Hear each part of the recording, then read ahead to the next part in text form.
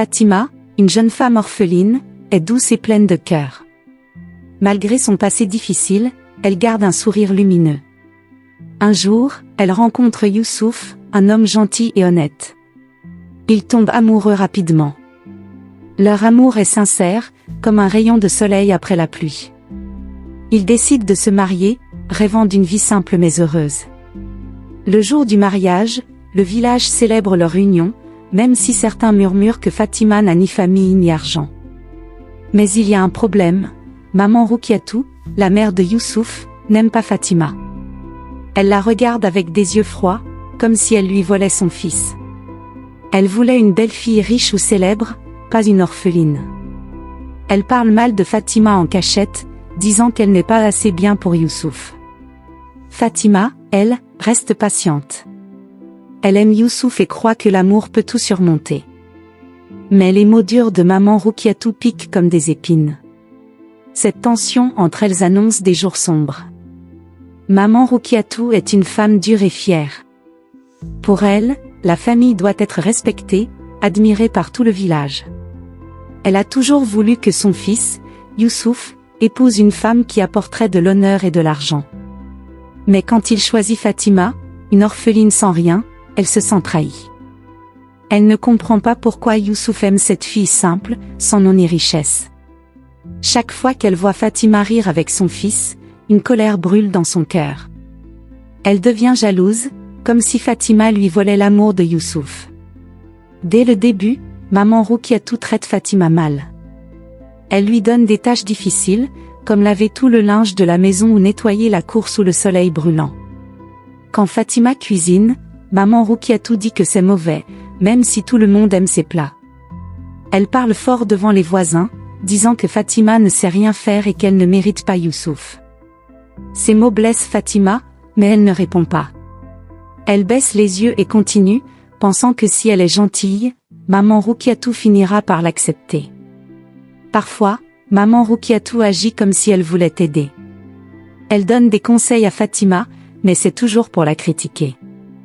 Par exemple, elle dit « Tu devrais mieux t'habiller pour faire honneur à mon fils. » Ou bien « Une vraie femme sait tenir une maison correctement. » Fatima écoute poliment, mais chaque mot la fait souffrir.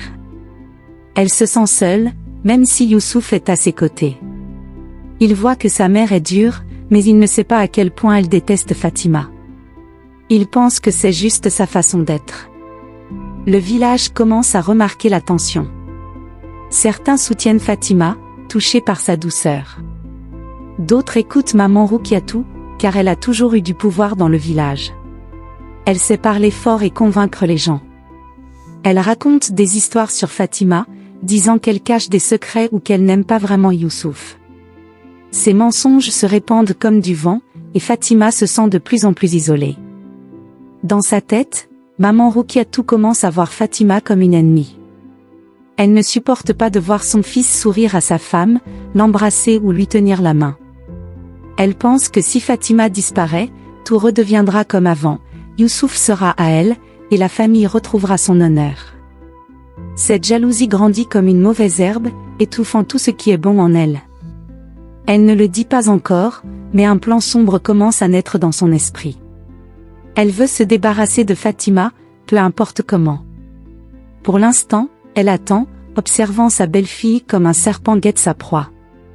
Chaque jour, sa haine devient plus forte, et Fatima, sans le savoir, marche vers un grand danger. Un matin, Fatima se réveille avec un sourire différent.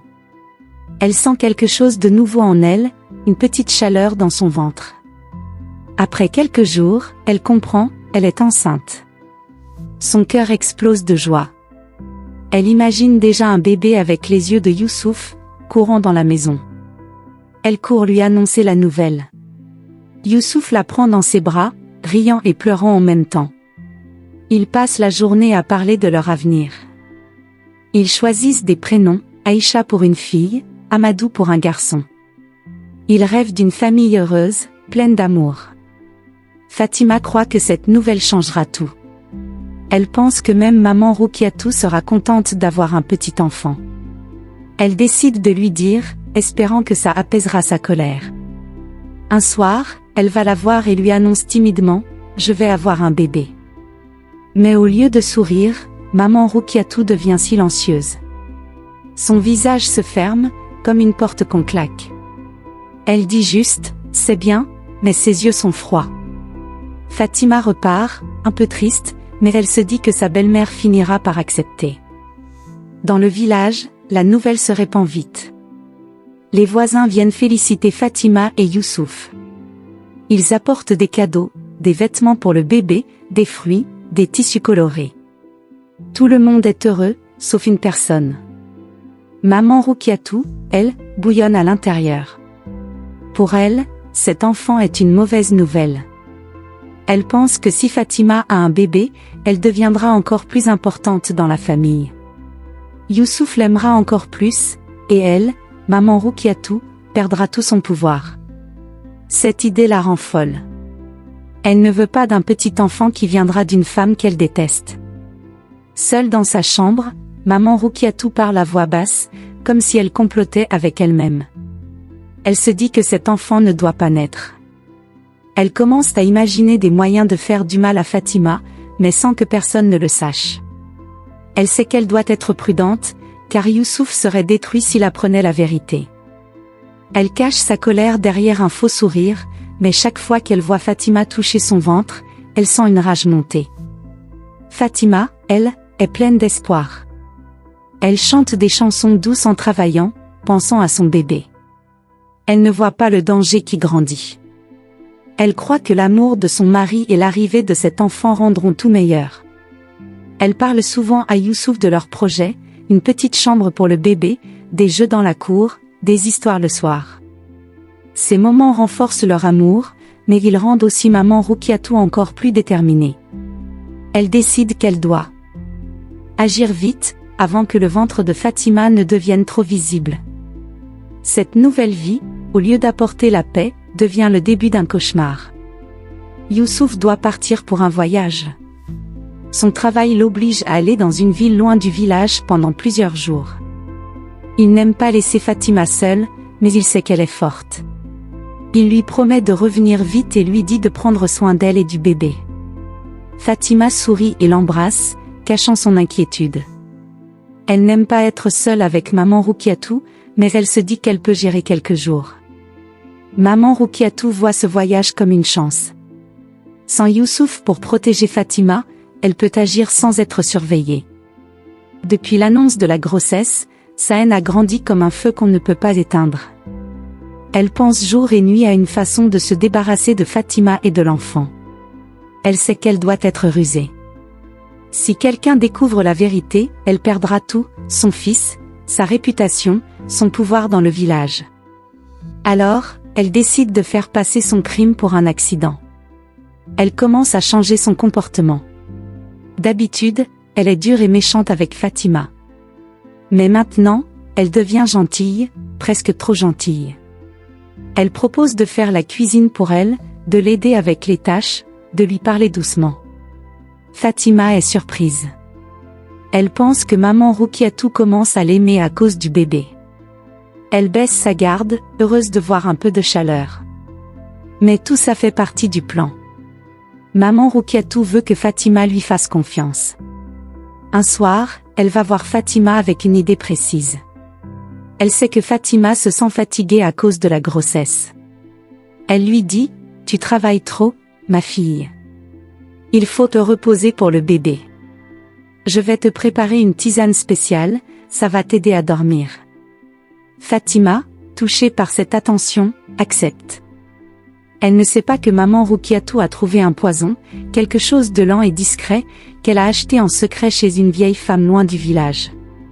Ce poison ne laisse pas de traces et ressemble à une maladie naturelle. Maman Roukiatou prépare la tisane avec soin, mélangeant le poison dans l'eau chaude.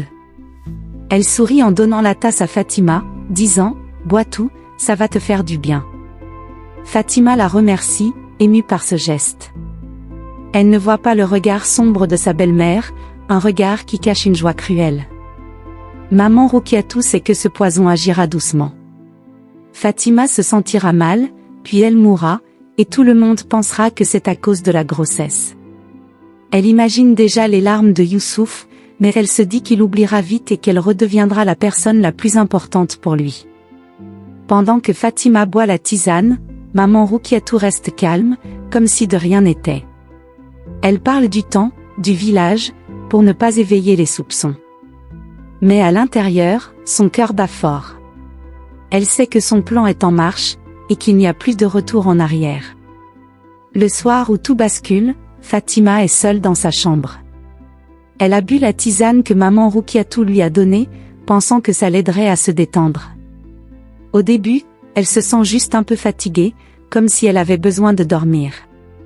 Elle s'allonge sur son lit, un sourire sur les lèvres, en pensant à Youssouf et à leur bébé. Mais bientôt, une douleur étrange commence dans son ventre. C'est comme une brûlure qui grandit, qui lui coupe le souffle. Elle pose ses mains sur son ventre, paniquée, et sent que quelque chose ne va pas. Fatima appelle maman Roukiatou, sa voix tremblante, « Aidez-moi, s'il vous plaît. Je ne me sens pas bien. » Elle croit que sa belle-mère va courir chercher de l'aide. Mais maman Roukiatou entre dans la chambre lentement, sans un mot. Elle s'assoit près du lit et regarde Fatima souffrir. Ses yeux sont vides, sans pitié. Elle ne dit rien, ne fait rien. Elle attend, comme si elle voulait être sûre que le poison fasse son travail. Fatima, entre deux cris de douleur, comprend enfin. Elle murmure, « Pourquoi ?» Mais maman Roukiatou ne répond pas. Elle reste là, immobile, comme une ombre. La douleur devient insupportable. Fatima sent son corps s'affaiblir, sa vue se brouiller. Elle pense à son bébé, à l'enfant qu'elle ne verra jamais. Des larmes coulent sur ses joues. Elle veut se lever, courir, demander de l'aide, mais ses jambes ne bougent plus. Elle est seule, abandonnée par la femme qui aurait dû la protéger. Dans un dernier souffle, elle appelle Youssouf, mais il est trop loin. Puis, tout devient noir. Fatima meurt, son bébé dans son ventre, dans une solitude terrible. Maman Roukiatou reste un moment à côté du corps sans vie. Elle vérifie que Fatima ne respire plus. Ensuite, elle se lève, calme et froide. Elle range la tasse de tisane pour qu'on ne trouve rien d'étrange. Elle sait que le poison ne laisse pas de marque claire. Elle commence à préparer son mensonge, elle dira que Fatima a eu des problèmes avec sa grossesse, une fausse couche qui a mal tourné. Elle répète l'histoire dans sa tête pour être sûre de ne pas se tromper. Avant de partir, maman Roukiatou regarde une dernière fois le corps de Fatima. Pendant un instant, elle sent un frisson, comme si quelque chose la regardait. Mais elle secoue la tête et se dit que c'est juste son imagination. Elle sort de la chambre et ferme la porte, laissant Fatima dans le silence. Elle retourne à ses affaires, comme si rien ne s'était passé. Elle croit que son crime est parfait, que personne ne découvrira la vérité. Mais elle ne sait pas que la mort de Fatima n'est pas la fin. Quelque chose de plus grand, de plus fort, commence à se réveiller dans l'ombre. Après la mort de Fatima, maman Roukiatou agit vite pour cacher son crime. Elle sait que tout doit sembler normal pour que personne ne pose de questions. Elle commence par nettoyer la chambre de Fatima, enlevant la tasse de tisane et tout ce qui pourrait sembler étrange.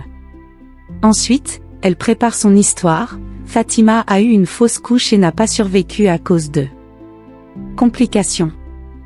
Elle répète ces mots dans sa tête jusqu'à ce qu'ils sonnent vrais. Elle sait que les gens du village ne connaissent pas bien les problèmes de grossesse, alors ils la croiront. Le lendemain, elle va voir les voisins, les larmes aux yeux. Elle joue la belle-mère triste, disant « Ma pauvre Fatima, elle était si faible, le bébé l'a emportée. »